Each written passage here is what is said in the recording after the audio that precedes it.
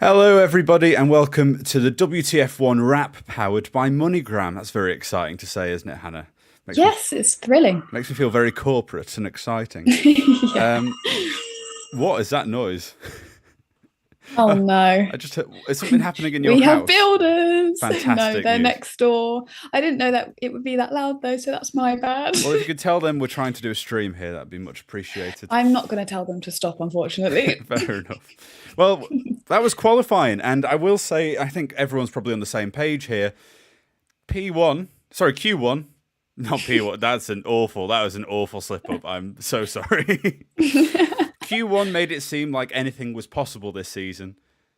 Q2 and 3 made it seem like there's still a lot possible, but it's kind of, business as usual. Red Bull on top, looking very, very Yeah. quick. Mercedes looked like they were going to pull it out the bag at some point, but then fell down the order. Ferrari, high up, but still not at that Red Bull pace. And Aston, maybe not quite as quick as some of us had given them credit for yesterday, but still very impressive compared to last year. Before we get going and going through each team, seeing who the winners and losers were, we've got a new thing. I don't know if we did it in the stream yesterday, but it's the MoneyGram question of the week. So if you have a question of the week you would like us to talk about and discuss, stick it in the chat and we'll get onto that later. But shall we start off? Obvious point to go, Red Bull. Hannah, what did you make of Red Bull's performance today? I mean, every time an interesting driver goes P1, they seem to automatically go in front of them, which is not really what we wanted to see, but it's okay. I mean, they just looked powerful, they looked dominant. And in Q1 and Q2, I was kind of thinking maybe they're not going to be fastest today. Maybe they're going to be, on the second row of the grid kind of time. I mean, Verstappen, I thought probably would get P2. That was in my predictions. But, in Q3, they just pulled out the bag and they just looked very strong. Yeah, it's interesting as well. Obviously, we've had testing and then we've had free practice before the first race of the season. There's been a lot of sandbagging. There's been a lot of us and other commentators and people watching the sport going, oh, we don't know how much they're holding back. Well, now we kind of know, and I would suggest Red Bull maybe weren't holding back quite as much as some of the other teams. Because I think when we saw Russell top the timings in P2, I've got to stop doing that, in Q2 temporarily, I think a lot of us were going, where has that come from? But then as the picture unfolds, Red Bull still on top. Sergio very close to Max, which I personally, I will admit, I have been thinking there was going to be a huge divide between the two of them. Doesn't seem that way at the moment, but obviously it's one qualifying session early on in the season, so we can't read too much into it. But I think Red Bull can't be unhappy with today. Maybe not the level of dominance they would like, but there's so much of a season to go through. And something we touched on in a podcast recording yesterday, Hannah, is obviously Red Bull's development we think is going to be impacted this year by that cost cap breach and their penalty for that. And one thing we talked about was Red Bull want to be so far ahead at the beginning of the season that any development that other teams can do additionally just catches them up and brings it up the rear rather than overtakes them. But they don't look quite... They're not storming ahead, are they, at the moment? They're not strong enough to be able to keep that dominance throughout the season if they don't develop the car. And I think that, seeing the Red Bulls 1 and 2, I definitely thought they'd be split. Whether that was by Alonso or not, I don't know. That's what I predicted, but maybe by a Ferrari or something like that. That's not how it happened. But I think that they do look strong, not as strong as we thought they might be from the looks of it by when we was watching testing and everything. I hope that the teams catch up to them, but who knows? Absolutely. And it's worth pointing out, by the way, no one's put in the comments yet, but I'm not in my kitchen anymore, so I hope you're all happy now. If you find a reason to dislike my bedroom, I will be sad. There is a washing basket there, so I'll maybe move that in the future. For those who didn't watch qualifying, we had Verstappen first and Perez second. And now we'll move on to... they're a winner. We're doing winners and losers, aren't we? Oh, yeah. Red Bull winner. Yeah. Fair play. Now we'll move maybe on not as much winners as we thought they might be, though. Yeah, the extent of the winning was maybe subpar. But we won't get technical with it. They're winners. We won't get technical about anything. We're just dirty DTS fans. Now we'll move on to Mercedes. Now, winner or loser today, Hannah? What do you reckon? I mean, I think they're winners, personally, but low winners. On the scale of winning, they're not at the top. But I mean, in Q1, we saw Russell go P1 very temporarily, may I add. which was exciting. But it is Q1. And anything can happen in Q1 really at the top of the field because the top teams aren't really putting in their best laps in Q1. But Mercedes were quicker than I thought. It does seem like it might be a season of Red Bull, Ferrari, Mercedes, which I'm not too happy about, but it's okay. But yeah, Mercedes, I thought they would be definitely in the midfield and maybe just about hitting this kind of sixth, fifth mark on the grid, which is kind of where they're at. But I think that a lot of people thought that they would be definitely not as fast as this. I know we have an Alonso ahead of them on the grid starting tomorrow, but based off what we've seen today, that's kind of expected. And I thought that Mercedes were stronger than we thought they might be. I think, Hannah, you know how much I respect you just before I say this, right? Yeah, I disagree with you. that's okay. You're allowed to. We're allowed to in this sport, and we can smile and we can be friends and we can play Fortnite together. But I think saying that this season is going to be Ferrari, Mercedes, Red Bull at the top, I think Mercedes will be terrified today seeing that they're in a battle with Aston Martin. Like, if you look at the timings, okay, maybe not both of Aston Martin, and I'm unwilling to say that we're seeing Stroll at 100% yet, because obviously we know what he's been through. But he's not going to be as fast as Alonso. I think we can all say that fairly confidently. But Mercedes seeing another team introduced into this three-way fight, who are on their pace seemingly at the moment, that's going to be ringing alarm bells, I think. Because last year they got through this initial stage by being the third fastest team with a bit of a gap to Alpine, no problem. Like, you can still carry on and accumulate the points you kind of need to. But if Aston start taking those points off Mercedes, I don't think they'll be very happy. And also, you look at the level of development Aston Martin introduced just through last season, and then compare it to where they are now. That's a team constantly on a huge uphill slope. And Mercedes just seemingly haven't made that progress. Like, they struggled last season with the porpoising, and that's gone. Great. But where is it to go now? They don't seem to have made a massive jump in pace. And there's something in that car. It's definitely not a donkey. But equally, I don't know. I just feel like this won't have been ideal for them. Even though they were trying to play down expectations, I think they thought they would be comfortably third place. But we'll see what chat's saying about that. I can't really... Bacon Master Plays. Lovely name, Bacon Master. I love that one. It'll be Mercedes, Aston Martin, Ferrari and Red Bull. That is what it's looking like to me at the moment. So basically, Hannah, you're just completely wrong and I don't respect you anymore. What? We'll move But on. We'll move on. No time for... No, you can. Okay. Well, all I was going to say was, is that a reflection of Mercedes' performance or just how well Aston Martin are doing? Because I still think that Mercedes are... I don't think compared to last year they've taken a massive step back. It doesn't seem like. I think that Aston Martin have just taken a massive step forward. Yeah, I don't think it's a step back. And if you look at them in comparison with Alpine, who we'll get onto, a 0.6 difference in that qualifying between Hamilton and Ocon. I don't think it's a step back. I think they've made progress in getting rid of the bouncing being the key thing, be the key part of that. But I don't think they've necessarily ended up with a car that is as fast as they would like. So it is progress, but it's like, if we're looking on an upwards trajectory, they're kind of like at a 30-degree angle. Whereas Aston Martin, I don't know what angle you would put. I don't think it exists. It's unbelievable. 100%. Like, we all need to remember where Aston Martin started last season, and it is just an incredible growth.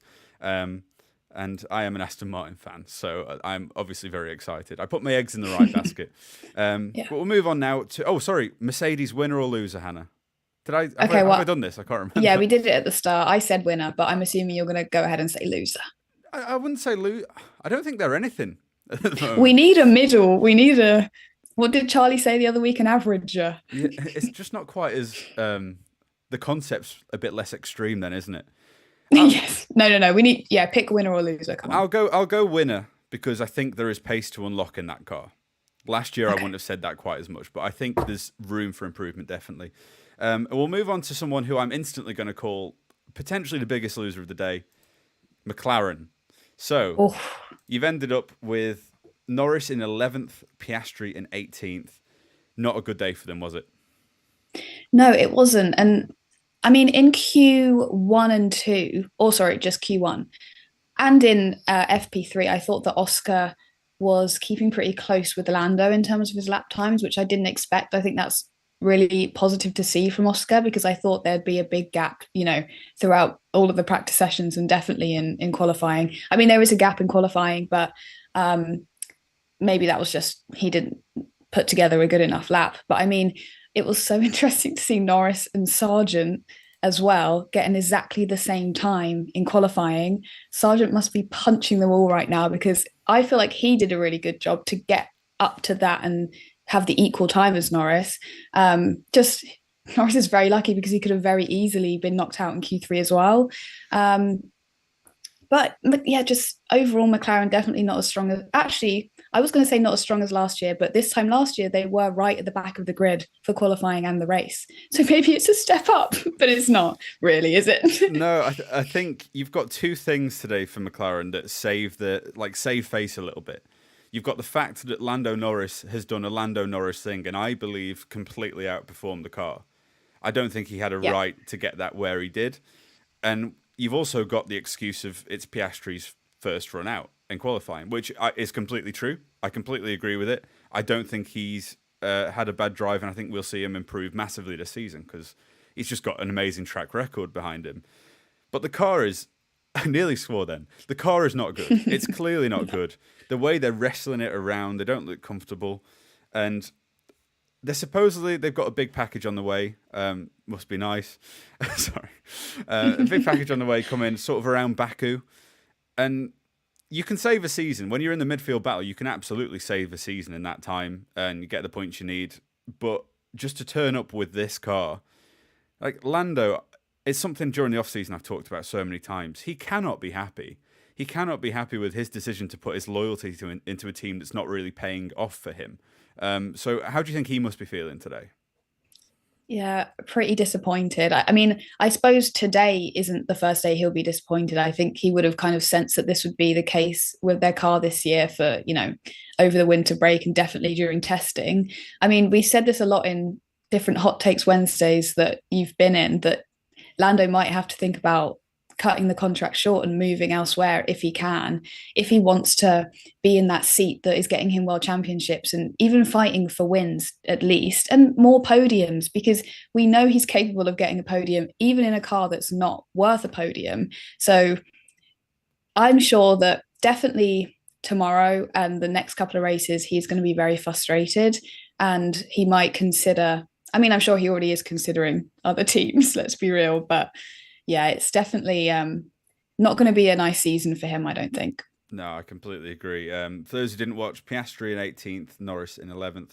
Is it safe to say losers today? Yes. Losers. Yeah. Now we'll move on to Aston Martin.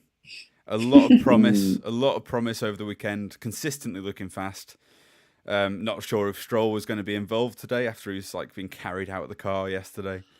And Fernando just incredible pace all weekend. Winner or loser, do you reckon? I think winners overall. Fairly obvious, isn't it? Yeah.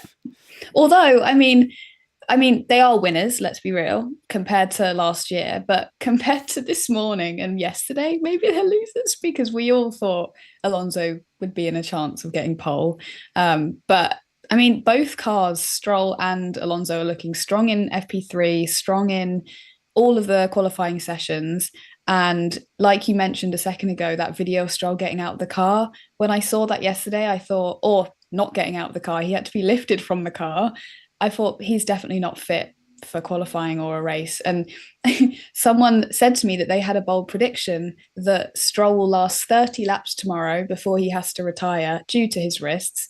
And if he doesn't and he pushes through, he won't be able to race in Saudi, which is a very spicy prediction. And I guess we'll wait and see. But after the practice sessions yesterday, Stroll said in an interview that he's absolutely fit and ready. So you just got to take his word for it, I guess. I mean, whether that's the truth or not, you don't know, but we're never going to know. So but overall, let's stop talking about Stroll's wrists. I'm not talking about Stroll's wrists. No, yeah, sorry. I meant I, not we. Aston Martin are looking very strong. And I mean, we don't know what each team's race pace is going to be like tomorrow, but perhaps Alonso can fight for a podium tomorrow. I'd love to see that. Yeah, I think it's got to be outstanding winners. And yeah, sure, they maybe didn't end up where we thought they might based on free practice and well, no, entirely free practice because this was qualifying. Yeah. But the thing is, I think they were the ones being completely realistic and constantly reminding people. The other teams are probably holding back at the moment, and that's definitely what we saw. So I think it's got to go back to that point of look where they were last year and look at them now. That's a constant win, and if they keep that up, fair play to them. Like I hope Yeah. that happens because the more cars in a fight, the better race for everyone. And that's what we all want to see. Alonso, just if I wanted anyone in that position in a race, it's him. Like he knows how to manage a race. He knows how to dictate strategy. He's got so much experience. He can pull something out of the bag here. And I'm not going to say he's going to win the race. I think Max is a very difficult driver to look past just over the last couple of years, really. But that podium could have his name on it. But we'll see. We'll see. Ferrari, I guess it depends on strategy. And it depends on if they just random bits fly off the car, but we'll get onto that shortly. Yeah. So Aston Martin, from both of us winners today. Winners, yeah. Perfect. Now Haas. Ooh. Well, just to clarify for everyone, we saw Kevin Magnussen 17th, Nico Hulkenberg 10th on the grid tomorrow. What is happening? I've got no idea, but I'm so happy to see it. I'm, so pleased to see Hulkenberg in Q3. And also, out of nowhere, I would just look back at the standings during that qualifying session and see Hulkenberg in the top 5, and then he'd get overtaken, and then he'd go back to the top 5, and then he'd get overtaken again. So I don't know exactly what happened. I'm assuming that he got his lap deleted at the end, hence why he's P10. But I think he definitely could have challenged for, P6, P7. But P6, P7 doesn't matter. He's still in Q3, and I think that's really exciting to see. I was very surprised to see Magnussen out in Q1, though, because I definitely thought that out of all the teammates on the grid, the Haas driver lineup is probably, well, in my opinion, one of the closest. I know that Hulkenberg hasn't been in the seat for very long. He's been out of a seat for quite a while, I mean. So I thought, maybe he'll take some races to get used to it. But overall this season, I feel like they'll be the closest. This qualifying session didn't show that at all. We saw Magnussen right down at the bottom, and Hulkenberg obviously made it into Q3, which is great. But I really didn't expect to see that. And out of the two of them, I thought Magnussen would be the one that would be higher, but no, not at all. Yeah, it is interesting. And when all this debate when Hulkenberg got the Haas seat, and I sort of found myself on the side of the argument of Hulkenberg's a much better driver than people give him credit for. Sort of, we can put him down for never having a podium, most races without a podium, but he's consistent, and what he's done, come into a car after a year out, it's kind of similar. I would compare it to Kevin coming into the Haas last year. And the Haas, we have yet to see what Haas will do this year, what their development program is going to look like. So maybe this will be a steady decline like last season. They get slower and slower, but he's done an amazing job today, and I'm really excited to see him in the race tomorrow, just because, I think he's proving a lot of people wrong, even if it might be the sort of person who doesn't want to prove that they've been proved wrong. No, they don't want to accept they've been proved wrong, but in reality, this is what's happening. So, poor weekend for Kevin. He's constantly looked off the pace, inconsistent, and he's had a few setup issues, we know that. But, yeah, mixed results, I would say. Mixed results, I would say, for Haas today. So are we going to be winners or losers for Haas? Can I say Hulkenberg winner, Magnussen loser? Is that allowed? Yeah, I mean, I don't care enough about the format to... I'm not so loyal to it that I won't allow that. Because I would completely agree. I would completely agree with that. Perfect. It's probably a good time for our MoneyGram question of the week, isn't it? Yes. Which I will now find. This is from Uma Herta. Is Perez going to fight for P1 this season? Excellent question. I don't think so. I think that Max is just too strong. He's too dominant, and I think that if it is a Red Bull if the Red Bull is the quickest car, then I think that it's definitely going to be Max. And I mean, Perez might want to help Max out like he did last year, although that didn't really end up being, we all know what happened at Mexico is what I'm trying to say. But I still don't think Perez is quick enough to beat Max. And I think that if anyone will kind of compete against him, it will be another Ferrari or dare I say Alonso? No, I'm getting ahead of myself now. But I think it probably, I don't think Perez will fight for championship, basically, is what I'm trying to say. No, I can see it being like last year, a couple of Yeah. wins potentially. But the more that car becomes suited to Max and what Max wants, the history we have is the less that becomes suitable for Checo. So Yeah. I think we'll see probably consistent top fives, top sixes, but his position is going to be more vulnerable, I think, due to the fact that Aston Martin now seem to be in the mix, or at least Fernando does for now. But thank you for that question. That was the MoneyGram question of the week. Thank you, MoneyGram. We'll move on now to Williams. Winners or losers? Hannah, what do you make of their day today? Okay, I think I don't know if they're winners or losers yet. They're definitely wait, remind me of the standings. We have Sargent in 16th and Albon in 15th. Okay, they're very well close together. I mean, Sargent definitely got unlucky with having the same time as Norris, but not being able to go through because he was second to complete the lap. That's very frustrating. But if I was him, I would actually be pleased with that. I mean, the McLaren, like we were talking about earlier, isn't looking strong. But Norris is driving that car as much as he can. And as a talented driver, he did a very good job at that. And so to be in a Williams, who I predicted to be right at the bottom of the grid, to getting the same time as Norris in that McLaren, I think is actually very impressive. And for Albon to make it into Q2, although he is finishing 15th, just to make it into that top 15, I think is impressive for a Williams. And I definitely expected them to be right at the bottom. So I'm pleasantly surprised that they are not. So I'm going to say winners, I think. Yeah, visual walkthrough in the chat would agree. So would Bacon Master Place. Thank you, Bacon Master. Williams W. I think Williams, from where they were last year, seeing this is very promising because they're not at the foot of the grid, and you've got your two drivers kind of on a similar levels. Like Sargent, I think a very good drive today, and I think how good that drive is will become apparent when we see what the car is capable of over the rest of the season. But if he's kind of pushing Albon, well, he wasn't in Q1, but they've ended up around the same sort of area on the grid. That's what you want. You want your team consistently. You're not at the back. You're moving up the grid. It shows improvement.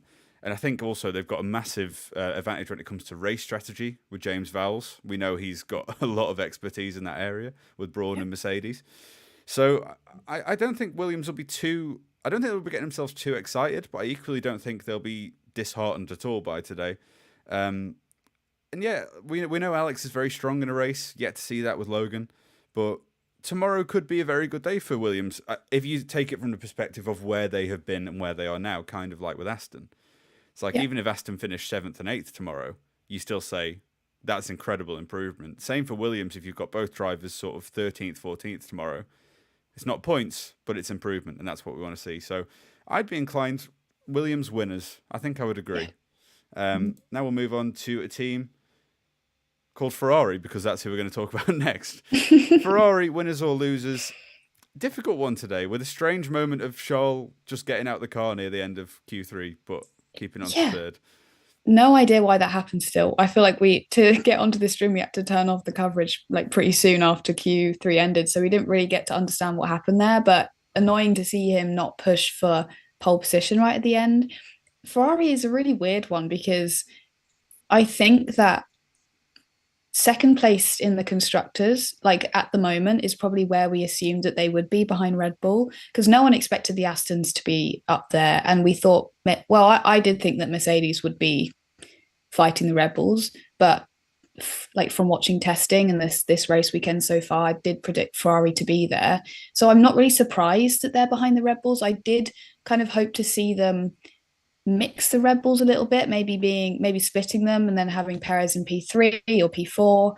So I feel like obviously they'll be disappointed that they are not getting pole position, but Charles Leclerc said the other day that they're not going to be fighting for pole. So they kind of maybe did go into this qualifying session expecting that. It's weird. They're just kind of where we expected them to be, don't you think? Yeah, completely. And I think for them, that's kind of where they will want to be. Or not want to be, but that's a realistic place of where they should be for this season. Because if you can be in the position you were in last year, but then eradicate these strategy areas, these mistakes that cost you so many points, if you have a season where you finish a solid second, you push it a bit further against Red Bull in the season, but you don't look like a team who doesn't know what it's doing, then I would say that's a very good season for Ferrari. Obviously, by Tifosi standards, it wouldn't be. But a slight concern for me, I just think Carlos Sainz, I think he's got away with it a little bit today. Obviously, fourth on the grid, we've got Leclerc in third. But with an extra run on a track that's ramping up with new tyres, I just feel like Carlos should have maybe taken that third place or pushed it a little bit further. But he's ended up 2/10 behind Leclerc. So yeah, that'll be a talking point this season, with Vasseur not being too sure about if he wants one, like a first driver or just two first drivers. And he said contradictory things about that in the past, but who hasn't said contradictory things in Formula One? So yeah, winners today, Ferrari. Low winners, yeah. Yeah, I mean it's not a respectable win, but it's a win nonetheless, I would suggest. Yeah. Now we're going to go for Alpine. Oh, and Bakermaster. It wasn't Bakermaster. Who asked that? Oh, Fionor, why was Leclerc out the car? We don't really know, because whilst it was happening, we were setting up the stream. So I didn't get any clarification on that, but it was very odd seeing him out the car in the garage 2 minutes before quali ended. Yes. We don't know. Let's move on to Alpine. I think we're maybe not talking quite enough about how disappointing Alpine are looking at the moment. What do you reckon, Hannah? They're just looking a bit shocking, really. I mean, Gasly out in Q1. Is that correct? I still can't believe it. Wait. At bottom of the grid. Yeah. Yeah. How has that happened? He had a lap time deleted. Yeah, but still, how has that happened? I mean, and in Q1, Ocon and Gasly were looking kind of similar times. I thought, okay, this is really not looking good for Alpine.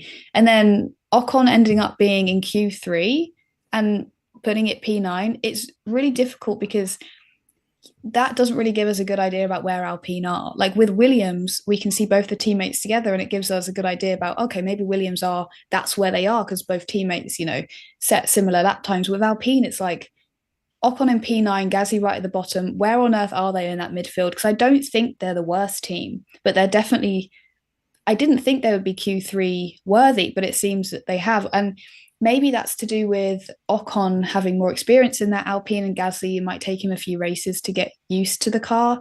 So I'm not going to judge it straight away. I'm sure Gasly is fuming that he couldn't beat Ocon in this qualifying session, because I'm sure this teammate rivalry is definitely going to be spicy throughout the season. But yeah, Alpine are just really, really not looking strong or consistent at all. I completely agree, but I'll just interject with I've had a message from our editor-in-chief, Ben, who says Leclerc saved a set of tyres for the race. He said Ferrari realised it has race pace weakness versus Red Bull and Aston. So that's what happened there.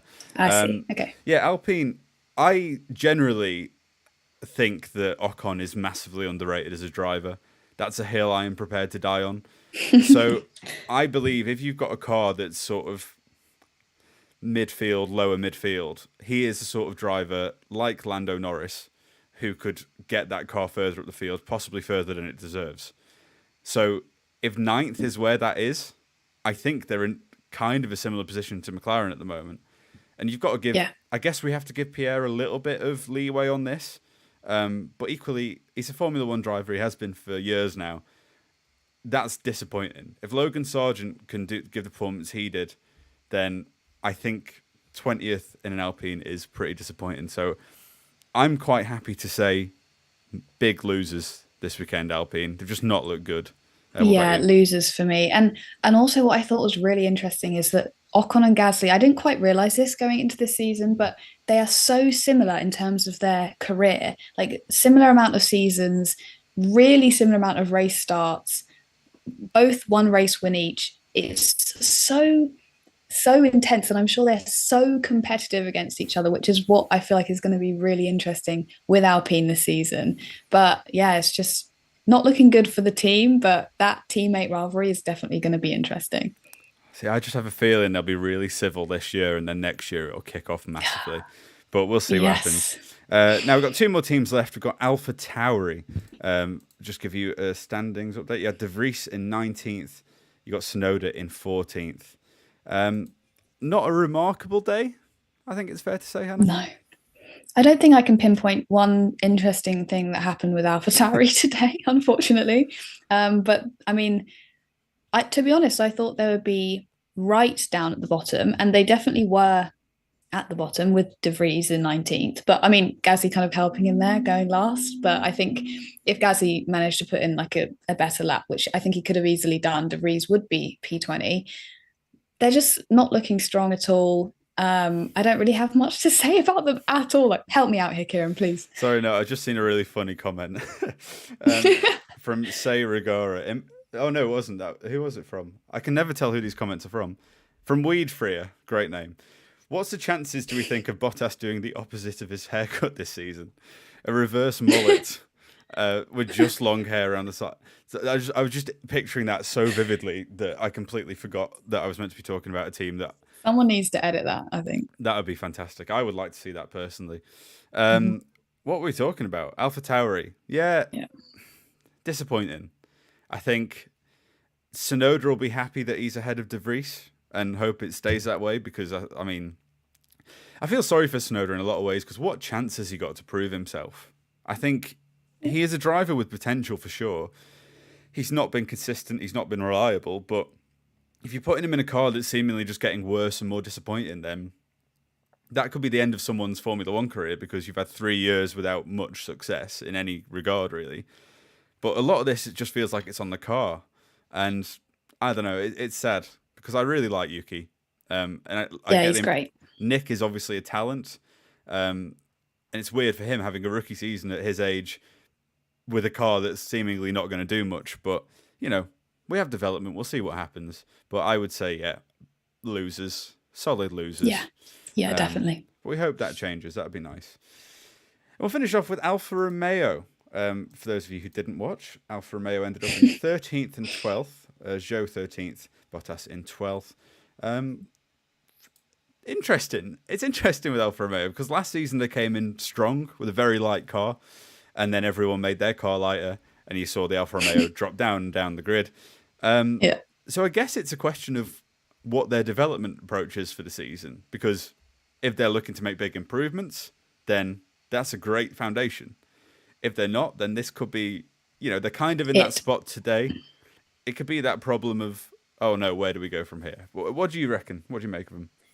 Yeah, I mean, last season they finished in sixth. Well, they just about got sixth, fighting with the Aston Martin, which I think was quite good for them. And before this qualifying session, I thought it doesn't seem like that's possible. I don't think they're going to improve on that. Definitely, probably be further down. But I mean, both drivers making it into Q2 and appearing next to each other on the grid tomorrow, I feel like shows that their car is actually not as bad as we thought it would be. Because in testing, I really did put Alfa Romeo down in like my bottom two teams, and I don't really see that going forward. I think that they're stronger than that.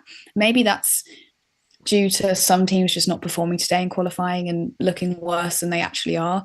But to see both of them in P12 and P13 tomorrow, I think is actually a really strong result for them.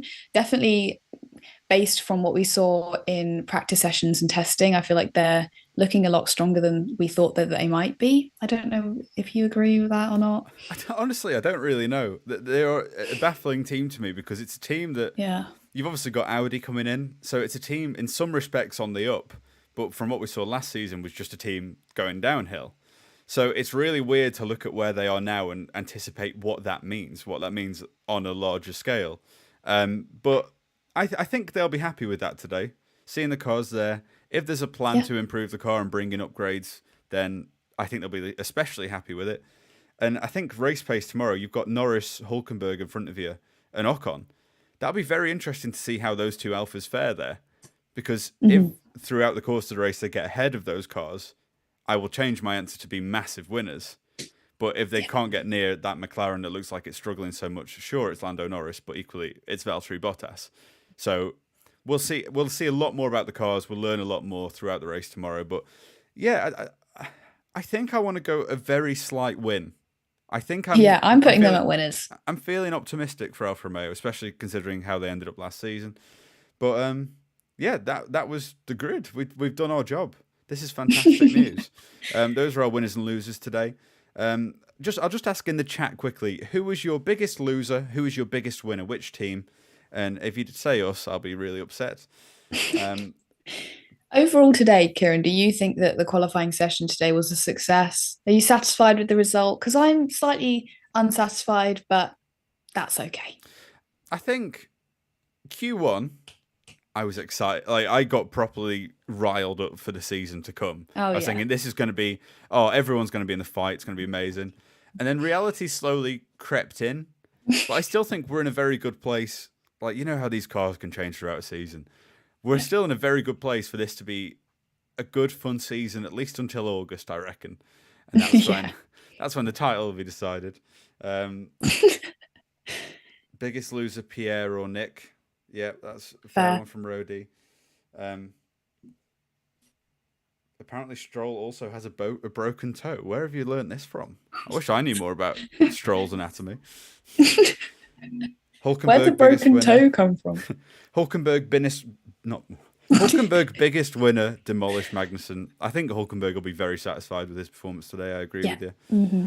And I think he'd be annoyed that he didn't push for like P7 though. I mean, not that he didn't push, but that he didn't get.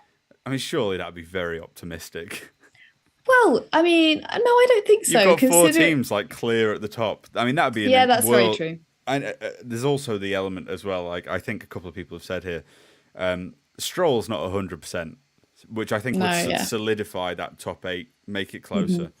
But it'd be interesting to see if Alpine can catch up or anyone. I don't really know where to place Alpine on McLaren anymore. They're just not where I expected at all. Haas, McLaren, Alpine, and Alfa Romeo for me are just all in one place. Like there's no midfield. They're all just one position. I don't know where to rank them. So maybe that'll be the most exciting fight this year. Who knows? Yeah, it always is, really. I mean, not always, but the last couple of years, I feel like it has been. No, definitely. But we'll call it a day there. This was the WTF1 wrap, brought to you and powered by MoneyGram. Sorry, I forgot the word in. But thank you very much for watching. I hope you all have a lovely day. And let's see what happens tomorrow, because it could be an absolute belter, couldn't it? Yeah. So that's Hannah Atkinson, everybody. Bye. My hand pointed in the wrong direction. You're over there. And I've been Ciaran Oakes. Thank you for watching. And just have a lovely day. Okay. Bye.